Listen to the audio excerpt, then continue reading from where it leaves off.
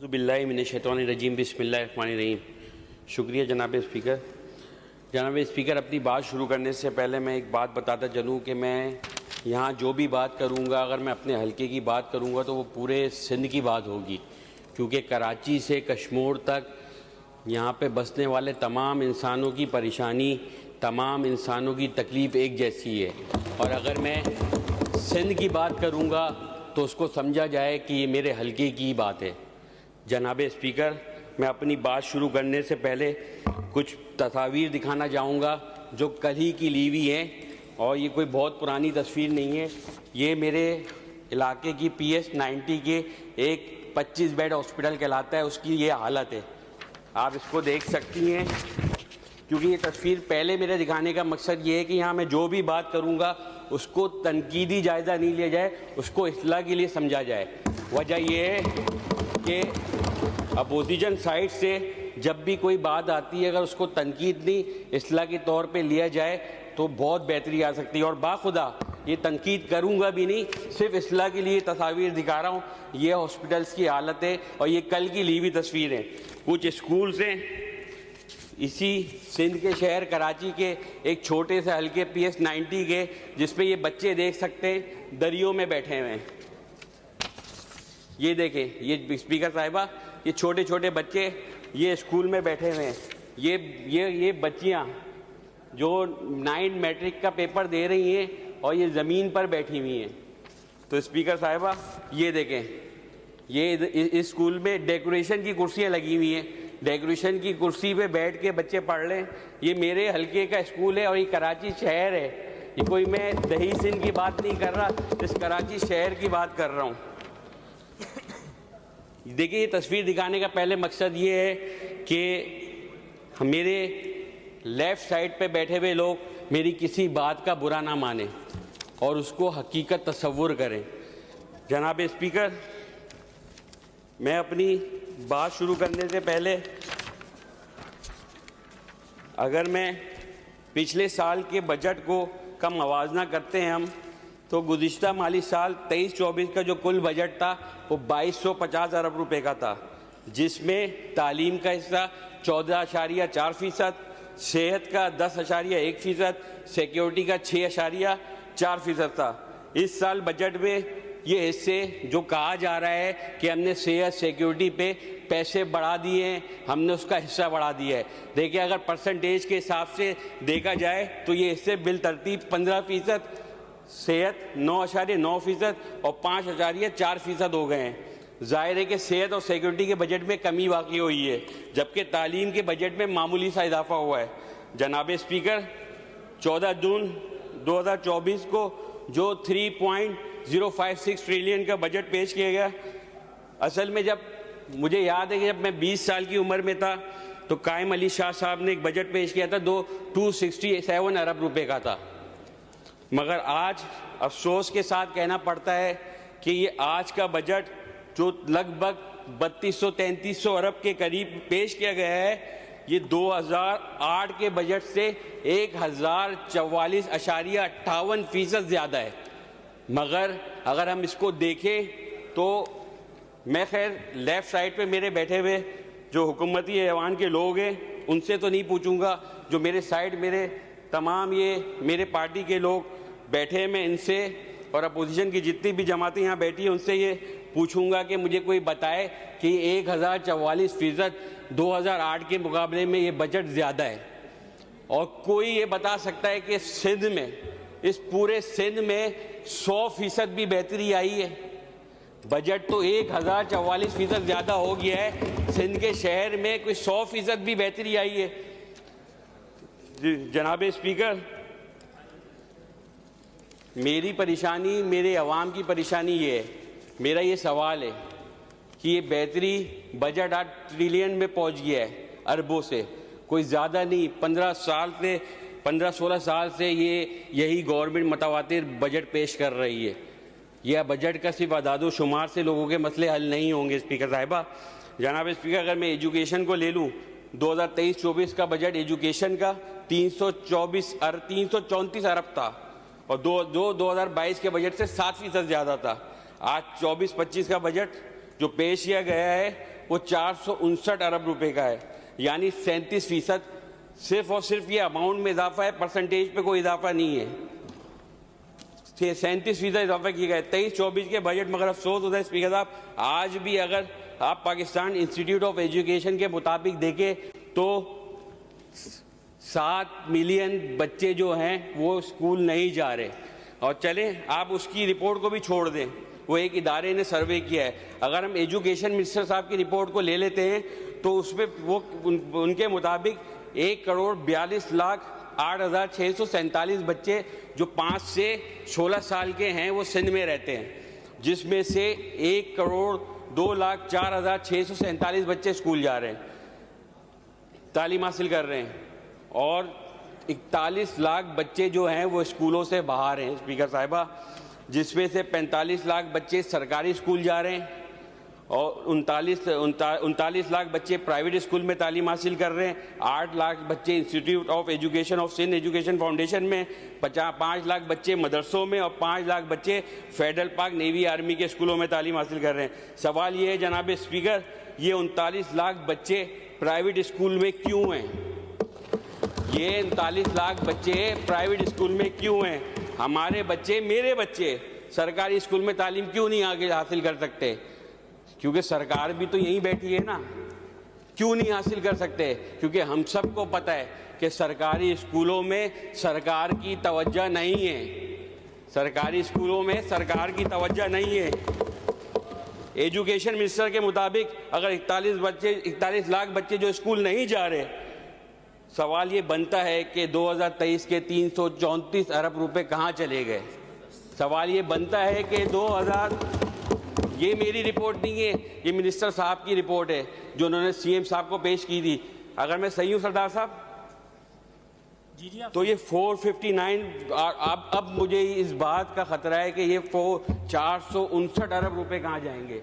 ये मैं जब नेक्स्ट बजट आएगा तो 2025 में मुझे उम्मीद है, बल्कि चले मुझे यकीन है कि ये तादाद में बहुत बड़ी कमी होगी। अगर आज 39 लाख बच्चे नहीं हैं तो मैं ही अगले स्पीच में खड़ा होकर इस गवर्नमेंट की तारीफ करूंगा अगर इसकी फिगर 50 से 60% कम हो जाए। अगर हम यहाँ किसी की इस्लाह कर सकते हैं तो हमें तारीफ करने में भी कोई यार नहीं है, चाहे जो भी अच्छा काम करे हम उसकी तारीफ करने को तैयार है। आज भी सिंध के स्कूलों में स्पीकर साहिबा पानी नहीं है, लाइट नहीं है, डेस्कें नहीं है, फैन नहीं है। किस किस चीज़ की फरियाद करें स्पीकर साहिबा? 14,000 स्कूल ऐसे हैं जो मिनिस्टर साहब की रिपोर्ट है जिसमें पीने का पानी नहीं है। पीने का पानी नहीं है 14,000 स्कूलों में, पीने का पानी नहीं है। 38 स्कूलों में कहा गया है वॉशरूम नहीं है। अगर मैं अपने हल्के की बात करूं स्पीकर साहिबा, मेरे स्कूलों में ना चौकीदार है, सरकारी स्कूलों में ना पियोन है। प्रिंसिपलों ने, एचएम ने उधर अपनी तनख्वाहों पे अपनी जेबों से उधर चौकीदार रखे हुए। गर्ल्स स्कूल तक में चौकीदार नहीं है। स्पीकर साहिबा, जब पाकिस्तान बना तो सिंध के शहर को डाउ यूनिवर्सिटी तोहफे में मिली। इस वक्त कराची की आबादी 4,45,000 थी। 1951 में कराची यूनिवर्सिटी बनी। इस वक्त कराची की आबादी 10,68,500 थी और 1977 में एनईडी यूनिवर्सिटी बनी। इस वक्त कराची की आबादी 35 लाख थी। आज कराची की आबादी 3 करोड़ से ज़्यादा है। आज कराची में कोई चौथी बड़ी यूनिवर्सिटी नहीं बनी, 3 करोड़ से ज़्यादा है, कोई नई बड़ी यूनिवर्सिटी नहीं बनी। स्पीकर साहिबा, जो तस्वीर मुझे बाद में दिखानी थी वो मैं आपको दिखा चुका हूँ। सिर्फ तालीम पे मैं आप लोग के लिए एक शेर अर्ज करूँगा। हैरत है कि तालीम में है पीछे, हैरत है तालीम में है पीछे, जिस कौम का आगाज़ ही इकरा से हुआ था। जनाब स्पीकर, मुझे एक एज हासिल है क्योंकि आप माशाल्लाह सीट पे आ गई हैं, क्योंकि आपने भी 13-14 मिनट की तकरीर करी थी, तो मुझे थोड़ा सा वक्त देंगी, थोड़ा सा मुझे वक्त देंगी आप ना। मैंने 13-14 मिनट मुझे करने जनाब स्पीकर, 23-24 का अगर हेल्थ का बजट देखें तो 227 अरब था और 24-25 का 302 अरब। जो फिगर में चेंज हुआ, परसेंटेज में इसमें कमी आई है। इस हेल्थ में 32% का इजाफा किया गया है। ये सेहत के ऊपर इतना बजट खर्च करने के बावजूद भी आज दही सिंध में कोई बड़ा अस्पताल नहीं। जनाब स्पीकर, क्या हम और आप नहीं जानते कि सिंध में किसी किस्म का भी कोई हादसा, कोई वबा आ जाती है तो उनको मजबूरन कराची के अस्पतालों में आना पड़ता है। कराची के अस्पतालों में आना पड़ता है। कराची के ये 2 बड़े अस्पताल जो कराची का अपना बोझ नहीं उठा सकते, क्योंकि यहाँ की आबादी 3 करोड़ से ज़्यादा है। जनाब इसकी मौजूदा मिसाल हैदराबाद में पेश आने वाला रिसेंटली जो सानिया है, आप देख लें कि उधर लोग जले और उसमें ज़्यादातर बच्चे थे। उनको हैदराबाद सिविल अस्पताल में वो सहूलत मैसर नहीं थी जिनको कराची सिविल अस्पताल में लाया गया। उस रात को स्पीकर साहिबा 4 बच्चे मेरे सामने 4 बच्चों ने शहादत हासिल करी। मेरे बच्चे, अगर वो बच्चों को मैं अपना बच्चा समझूँ ना, और ये ऐवान में बैठे तमाम लोग उन बच्चों का गम अगर अपने बच्चों पे रख के देखें तो यकीन करें ये 1-1 रुपए का बजट, मैं ये कहता हूँ बजट जैसा भी है, जितना भी दिया, जैसा भी दिया, अगर ये बजट अगर अल्लाह की कसम 1-1 रुपये सिंध के ऊपर रख जाए ना, तो अगले साल यकीन करें हम अपोजिशन वालों को 10 मिनट क्या 4 मिनट बोलने का भी मौका नहीं मिलेगा। आप लोग क्यों हमारी ज़बान बंद नहीं करा देते? ये सारा सिंध की खिदमत करके, सिंध की असल खिदमत करके। अगर आप लोग सिंध के वारिस हैं तो हम भी सिंध के वारिस हैं। हम चाहते हैं कि कराची से कश्मीर तक तरक्की हो। हम ये नहीं चाहते कि सिर्फ और सिर्फ कराची बने। इस चीज़ को जहन से निकाले। आप कराची को भी अपना समझे, हम सिंध को अपना समझते हैं। सिंध हमारा है और हम भी इसके वारिस हैं।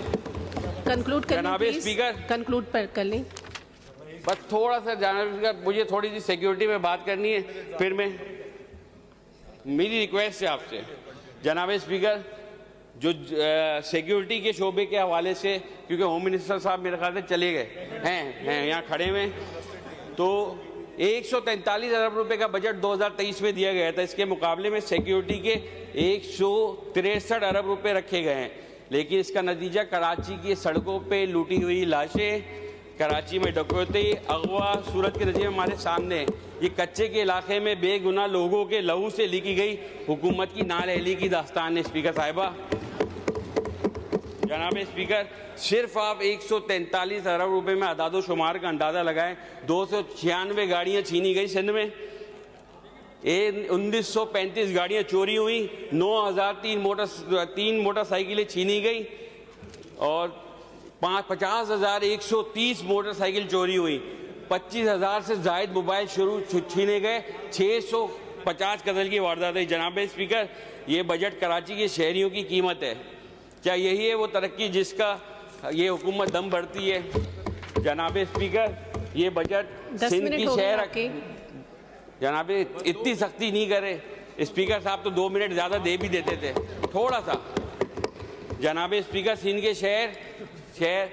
के शहर कराची, और ये बजट एक और वार है। इस शहर को इसकी असल हैसियत देने के बजाय इसको नज़रअंदाज किया गया है। जनाब स्पीकर, सिंध के मसाइल से बजट के अदाद शुमार से हल नहीं होंगे। इसके लिए एक जामत हिकमत हमली तैयार करनी होगी हुकूमत को, जिसमें कराची की स्टेक होल्डर जमात MQM पाकिस्तान को शामिल किया जाए।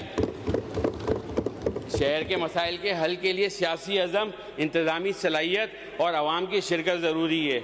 जनाब स्पीकर, ये बजट एक महज कागजी कार्रवाई है, हकीकत में इसका कोई ताल्लुक नहीं है। ये आवाम के जख्मों पर नमक छिड़कने के मुतरादिफ है। इस बजट में पुलिस की जदीद टेक्नोलॉजी पे तरबियत के नाम पर 163 अरब रुपए मुख्तस किए गए हैं। लेकिन सवाल ये है कि जनाब स्पीकर, जब पुलिस के पास बुनियादी वसाइल ही नहीं, थानों की हालत ज़ार काबिल रहम है, एहलकारों की तरबियत का फुकदान है, तो ये रकम कहाँ जाएगी? मजीद ये कि ये बजट कराची के मसाइल को नज़रअंदाज करता है। शहर की आबादी में इजाफा होता जा रहा है, लेकिन बुनियादी सहूलतें, पानी, बिजली, ट्रांसपोर्ट की बुनियादी सहूलत मैसर नहीं। जनाब स्पीकर, बस मैं 1 मिनट आपका लूँगा। जनाब स्पीकर, मैं यहाँ आपके सामने ये ऐलान करता हूँ कि ये बजट सिंध के अवाम के साथ एक मजाक है। ये एक ऐसा बजट है जो सूबे को मजीद तारीकी में लेके जाएगा। इस बजट को कबूल नहीं करेंगे।